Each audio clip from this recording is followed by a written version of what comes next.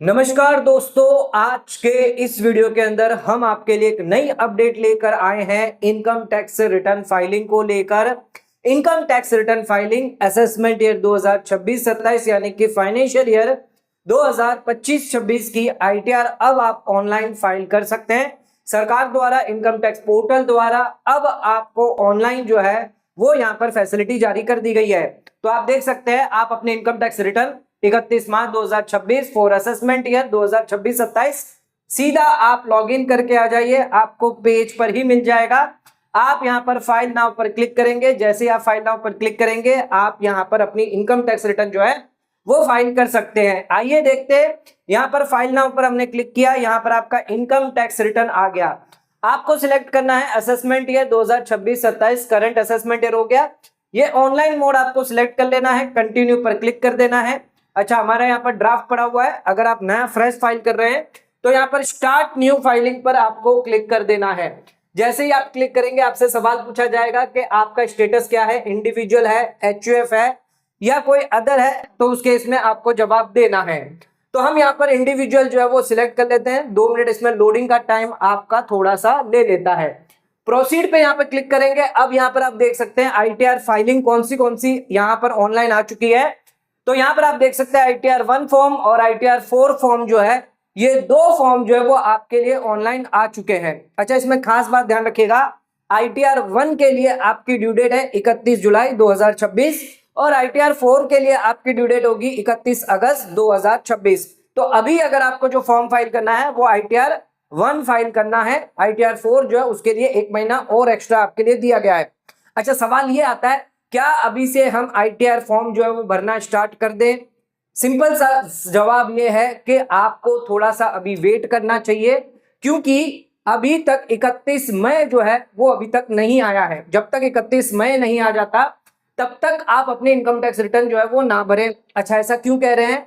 क्योंकि इंपॉर्टेंट चीज समझिएगा, जो भी बैंक है, जो भी कंपनियां होती है, जहां पर आपकी एसएफटी की इंफॉर्मेशन अपडेट होती है, अगर आपने कोई ट्रांजैक्शन किया है, शेयर मार्केट में हो गया, म्यूचुअल फंड में हो गया, फिक्स डिपॉजिट हो गई, प्रॉपर्टी रिलेटेड हो गया, तो उसके लिए रिपोर्टिंग जो है वो करती है, जिसके लिए ड्यू डेट होती है 31 मई। तो 31 मई तक आपकी जो है वो रिपोर्टिंग होती है। अगर ऐसे कोई ट्रांजेक्शन है जो आपके एआईएस में आने वाले हैं तो उसके लिए आपको थोड़ा सा वेट करना चाहिए। जैसे ही वो ट्रांजेक्शन अपडेट हो जाते हैं 31 मई के बाद आप अपने इनकम टैक्स रिटर्न भर सकते हैं। इसी के साथ जो क्वार्टर 4 है उसका भी जो टीडीएस है उसकी भी जो डेट है वो 31 मई ही होती है। तो लगभग 31 मई, और जब तक आपका 26AS अपडेट नहीं हो जाता, टीडीएस अगर कटा है वो अपडेट नहीं हो जाता, तब तक आपको अपनी इनकम टैक्स रिटर्न फाइल नहीं करनी चाहिए। अगर आप करेंगे तो बाद में आपको रिवाइज करना पड़ सकता है। तो अगर आप रिवाइज करना चाहते हैं तो उस केस में आप भर दें, अदरवाइज आपको वेट करना है तो आप 31 मई तक वेट करें। अगर टीडीएस है, रिफंड है, तो फिर आपको 15 जून तक वेट करना पड़ सकता है।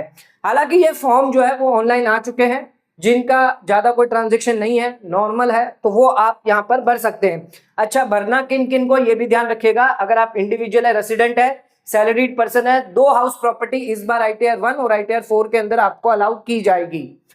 और इसी के साथ आपकी ब्याज की इनकम हो गई। लॉन्ग टर्म कैपिटल गेन 112, 1,25,000 तक अगर आपका है तो आप जमा कर सकते हैं। एग्रीकल्चर इनकम 5,000 तक।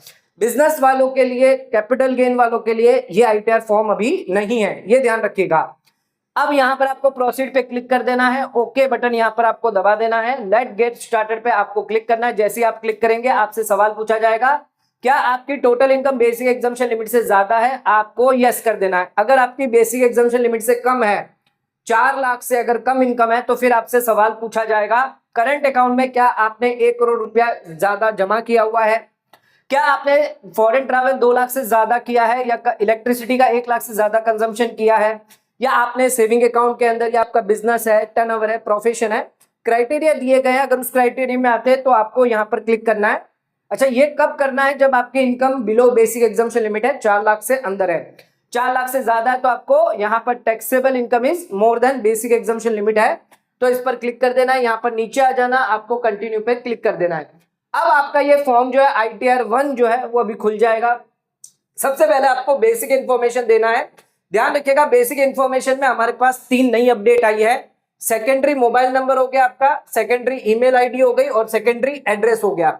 ये तीनों चीजें जो है वो आपको डालना मैंडेटरी होगा। अच्छा, मैंडेटरी यानी आप डालना चाहे तो डाल सकते हैं, नहीं डालना चाहे तो वो भी आप छोड़ सकते हैं। एडिट पे आपको क्लिक करना है, यहां पर आप मोबाइल नंबर डाल दीजिए, यहां पर आपका सेकेंडरी आपसे पूछा जाएगा, ये सवाल का जवाब आपको जरूर देना है, क्या आपको सेकेंडरी एड्रेस जो वो प्राइमरी एड्रेस है, यस और नो जरूर करना है। अगर नहीं है तो नया एड्रेस डाल दीजिए, और अगर है तो आपको यस करना, अदरवाइज आप जब अपडेट करेंगे, वैलिडेशन करेंगे, तब आपको दिक्कत आएगी। तो यहां पर आप यस जरूर कर दें अगर आपका प्राइमरी और सेकेंडरी एड्रेस दोनों सेम है। यस पे आपको क्लिक कर देना, नीचे आना है, आपका एम्प्लॉयमेंट यहाँ पर देख लेना, सेंट्रल गवर्नमेंट, स्टेट गवर्नमेंट जो भी है हम यहाँ पर टिक कर देते हैं। अच्छा, फाइलिंग सेक्शन आपको 139(1) कर देना है, ओरिजिनल इनकम टैक्स रिटर्न है। अच्छा, ये देखिए ओल्ड रीजन दिया गया, न्यू रीजन दिया गया। अगर आप न्यू रीजन में जाएंगे तो जितने भी डिडक्शन के जो सेक्शन है 80C 80D वो ओपन नहीं होंगे। अगर आप ओल्ड रिजिम में जाते हैं तो वो सारे डिडक्शन के जो ऑप्शन है वो यहाँ पर आपके ओपन हो जाएंगे। तो ओल्ड रिजिम में जो लोग इस बार ज्यादातर जो वो न्यू रिजिम चुनने वाले हैं, तो हम न्यू रिजिम के हिसाब से चलते हैं कि न्यू रिजिम में आपको जो है क्या क्या ऑप्शन आने वाले हैं। अच्छा, बैंक डिटेल यहाँ पर आपकी आ जाएगी, इसके बाद आपको कंफर्म कर देना है। तो ये जो पहला बॉक्स है ये आपका ग्रीन टिक अगर होके आ गया, मतलब पहली बॉक्स आपने कंप्लीट कर लिया। नेक्स्ट आ जाते हैं आपका ग्रोस टोटल इनकम, जहां पर आप देख सकते हैं अपनी सैलरी इनकम डाल सकते हैं। इसके लिए आपको एडिट करना होगा, ग्रॉस सैलरी आप यहां पर डाल सकते हैं, जो भी सैलरी आपकी हो गई। मान लीजिए यहां पर हम 12,75,000 रुपया डाल देते हैं, जितनी भी हमारी सैलरी है।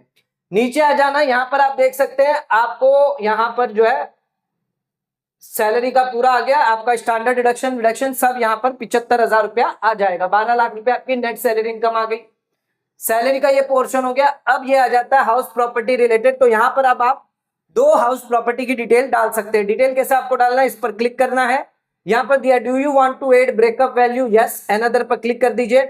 यहां पर आपको प्रॉपर्टी की डिटेल जो है वो भरनी होगी। इसके बाद आपका खुद का घर है, ये अमाउंट जितना भी रेंट वेंट आपको मिलता है, अगर कोई होम लोन लिया है, ब्याज लिया है, तो वो आप इसमें डालकर जो है नीचे जाकर सेव कर सकते हैं। ठीक है, ऐसे आप 2 प्रॉपर्टी की डिटेल जो वो डाल पाएंगे। फिर आपको इनकम फ्रॉम अदर सोर्सेस की डिटेल डालनी है, तो वो आप डाल सकते हैं, सेविंग अकाउंट का ब्याज है, एफडी का ब्याज है, जो भी ब्याज है।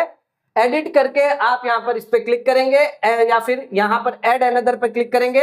यहां पर आप देख सकते हैं सेविंग का ब्याज आ गया, एफडी का ब्याज आ गया, फैमिली पेंशन, डिविडेंड इनकम, जो भी आपकी इनकम है वो आपको यहां पर सिलेक्ट कर लेना है। बैक आ जाते हैं, सैलरी हो गया, हाउस प्रॉपर्टी हो गया, इनकम फ्रॉम अदर सोर्सेस हो गया। अच्छा, अगर आपकी लॉन्ग टर्म कैपिटल गेन है 112A not chargeable to tax, तो आपको पता है सेल कंसिडरेशन और कॉस्ट ऑफ एक्विजिशन यहां पर डालना है। ध्यान रखिएगा 1,25,000 से ज्यादा आपका लॉन्ग टर्म कैपिटल गेन नहीं होना चाहिए। अच्छा, ये सब डालने के बाद आपको कंफर्म पर क्लिक कर देना है, तो आपका जो दूसरा टैब है ये भी कंफर्म हो जाएगा।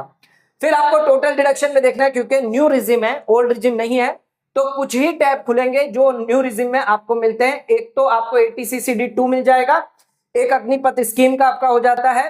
ठीक है, इसके अलावा कोई भी डिडक्शन आपके लिए नहीं खोला जाएगा। अगर आप ओल्ड रिजिम में जाते हैं तो आपके 80C 80D 80TTA 80TTB वो सारी डिटेल आपको फिर वहां पे डालनी होगी, डॉक्यूमेंट नंबर, अमाउंट वहां पे आपको डालना होगा। हम मान के चलते हैं इस बार ज्यादातर जो लोग हैं वो न्यू रिजिम के साथ जाने वाले हैं, तो ओल्ड रिजिम में आपको दिमाग लगाना ही नहीं है। फिर यहाँ पे आ जाएगा आपका टैक्स पेड, तो यहाँ पर ध्यान रखिएगा आपको टैक्स पेड में डिटेल आ जाएगी। तो यहाँ पर आपकी अगर कोई डिटेल है तो इसमें आपको जाना है। अगर इसमें कोई चीज एडिट मांग रहा है, जैसे कि ये ईयर ऑफ टैक्स डिडक्शन जो है वो यहाँ पर कॉलम नहीं आ रहा है, तो आपको क्या करना है, बैक जाना है, यहाँ पर बॉक्स पे सिलेक्ट करना है, एडिट का ऑप्शन आपके लिए खुल जाएगा। आपको नीचे जाना है, यहाँ पर ईयर ऑफ डिडक्शन जो है वो चुन लीजिए, फिर आपको सेव पर क्लिक कर देना है। जैसे ही आप सेव पर क्लिक करेंगे नीचे आ जाएंगे, आपका जो डिडक्शन है वो आ जाएगा, इसको भी आपको कंफर्म कर देना है। तो ये सारे टैब हमारे कंप्लीट हो गए। अब आ जाता है अपना आखिरी टैब पे, जहां पर आपका पूरा कंप्यूटेशन जो है वो आ जाएगा। पूरा कंप्यूटेशन एक बार आप चेक कर लीजिए, जो भी टैक्स लायबिलिटी है वो चेक कर लीजिए। अगर कोई पेमेंट है वो पेमेंट आपको करनी है, पेमेंट नहीं है, रिफंड है तो रिफंड बन जाएगा। ये आपका प्रीव्यू जो है वो इस तरह खुल जाएगा। आप प्रीव्यू एंड सबमिट रिटर्न पर कर सकते हैं। यहां पर हम सिलेक्ट कर लेते हैं, प्रोसीड टू वैलिडेशन पे आपको क्लिक कर देना। तो यहां पर आप देख सकते हैं आपकी आईटीआर जो है वो प्रोसीड टू वैलिडेशन सक्सेसफुल हो जाएगी। तो बहुत ही आसान तरीके से आप अपनी आईटीआर 1 जो है वो फाइल कर सकते हैं। आईटीआर 4 अभी आपको फाइल करने की जरूरत नहीं है, उसके लिए 31 अगस्त का टाइम दिया गया है। आईटीआर 1 चाहे तो आप फाइल कर सकते हैं, लेकिन उसमें भी हमने 2 चीज बता दी। पहली चीज, अगर किसी का टीडीएस है 26AS अपडेट हो जाए उसके बाद आप फाइल करें, जो 15 जून तक आपका होगा। दूसरा, एआईएस के अंदर कई सारे ट्रांजेक्शन आएंगे, जैसे आपकी सैलरी हो गई, ब्याज हो गया, और भी अगर कोई ट्रांजेक्शन होता है तो एआईएस जो को 31 मई तक रहेगा। 31 मई के बाद अपडेट हो जाएगा, तो आपको 31 मई के बाद अपडेट होना है, तो उसमें वेट करना है। अगर आप नहीं चाहते कि मैं वेट नहीं कर सकता, रिटर्न अभी भर दीजिए, बाद में आप रिवाइज करना चाहें तो रिवाइज कर सकते हो, ऑप्शन दिया गया है।